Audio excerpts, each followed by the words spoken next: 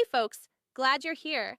I want to make sure you're fully aware of what's developing so nothing catches you off guard. Today, I've got a fresh update on the potential $2,000 payment that's been talked about for months now, sometimes referred to as a stimulus check and sometimes as a dividend payment. New details came straight out of Washington just yesterday, and they give us a much clearer picture of timing, eligibility, and whether this is actually moving toward reality. Before we go any deeper, take a second to hit the subscribe button so you don't miss regular updates like this, and tap like and share so this reaches others who really need the info. If you're new here, welcome. I've spent years breaking down financial relief programs, government benefits, and emergency assistance in plain English because I know how overwhelming this stuff can be. I've lived through financial stress myself, and I understand how important it is to get clear, honest updates without hype or confusion. My goal is always to save you time and stress by pulling together what matters most and explaining it in a way that actually makes sense. Let's get straight into what's going on with these possible $2,000 payments. The president first started discussing this idea last summer, framing it not as a traditional stimulus but as a dividend. The concept is fairly simple. Revenue coming in from tariffs and trade-related income could be redirected back to American households. That's been the core idea from the start, but until now, details have been pretty vague. Back in early November, senior officials indicated that if these payments move forward, they would be targeted toward households earning under $100,000 per year. That number has come up consistently, and it's important to understand what it means.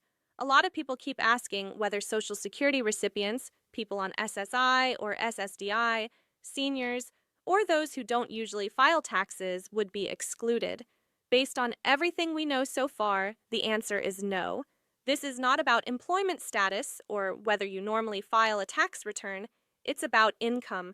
If your total income falls under that threshold, you could be eligible, regardless of where that income comes from.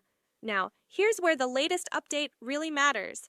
A top economic advisor from the White House gave an interview and shared some very specific insight. Over the summer, he wasn't convinced there was enough room in the budget to support payments like this. But fast forward to now, and the picture looks different. We've seen multiple quarters of strong economic growth, a government surplus for several months in a row, and a federal deficit that's been reduced significantly compared to last year. Because of that shift, he said he's now confident there is room in the budget to support this kind of payment.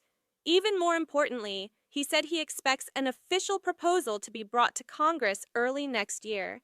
That's a big deal. This isn't vague talk anymore. When someone at that level says they expect a formal proposal, that tells us this is being actively discussed behind closed doors. He also made it clear that while tariff revenue could be the source of the funds, Congress would still need to approve and allocate the money. That's standard procedure for any federal spending, so it's not surprising, but it's still an important step. So what does all this actually mean? First, we've moved past the maybe someday phase. There's now an expectation of a concrete proposal in early 2026. Second, there's a realistic path for this to get passed. Lawmakers have already signaled plans for additional reconciliation bills between now and early 2027.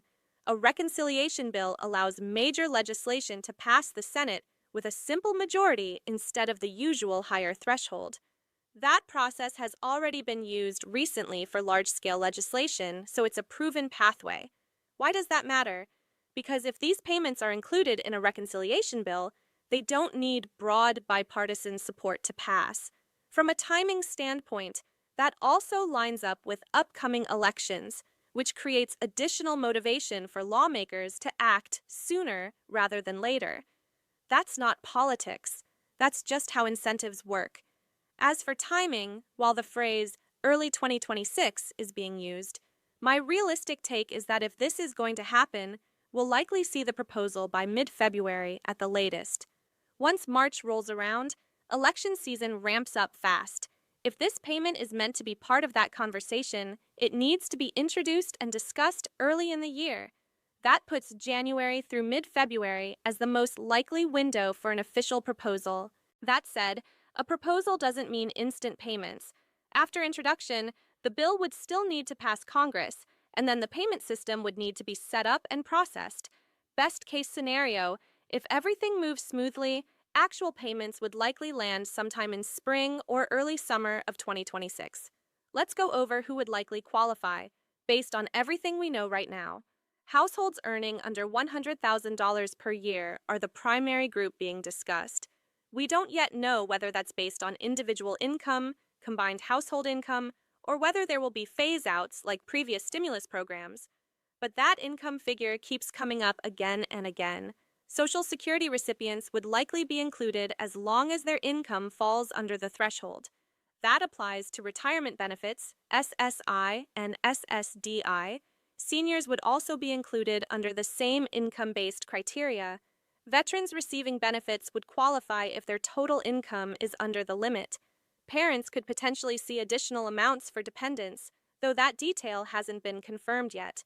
Unemployed individuals, people with reduced hours, and those on disability would all be evaluated based on income, not work status. That's a key point. This is about how much money you make, not how you make it. What's especially encouraging about this update is the shift in tone. Over the summer, there was uncertainty. Now there's confidence. The economic data supports it, the budget outlook has improved, and there's a clear legislative path available. On top of that, we finally have a rough timeline instead of endless speculation. Still, it's important to stay realistic. This is not guaranteed. Proposals can change, stall, or get modified. Nothing is final until it's passed and signed. But compared to where things stood a few months ago, this is the strongest signal yet that these payments are being seriously considered. So, what should you do right now? First, plan to file your 2024 taxes as early as possible, even if you don't normally file. If payments go out, the most recent tax information is usually what's used to determine eligibility. Second, make sure your address and direct deposit details are up to date with the IRS, so there are no delays. Third, stay alert for scams. Government agencies will not call, text, or email you asking for personal information to release a payment. While waiting, it's also smart to check whether you qualify for other assistance programs that are available right now. There may be help you can access immediately rather than waiting months for something that isn't guaranteed. I also want to speak directly to a few groups who've been asking questions. Parents dealing with rising costs. This could be meaningful help if it goes through, so make sure your dependent information is accurate. Seniors on fixed incomes, this payment would be based on income, not work history. Veterans and people with disabilities, eligibility would come down to income, not benefit type. And if you're unemployed or underemployed, filing taxes showing reduced income could be critical.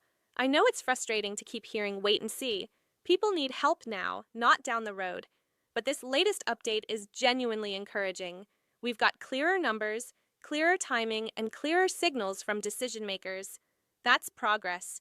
Keep your information current, stay informed, and try not to let this consume you. We should know a lot more in the next several weeks. I'll continue sharing updates as soon as they come out and break everything down step by step. If this helped you, consider subscribing and sharing this with someone who's been wondering about these payments.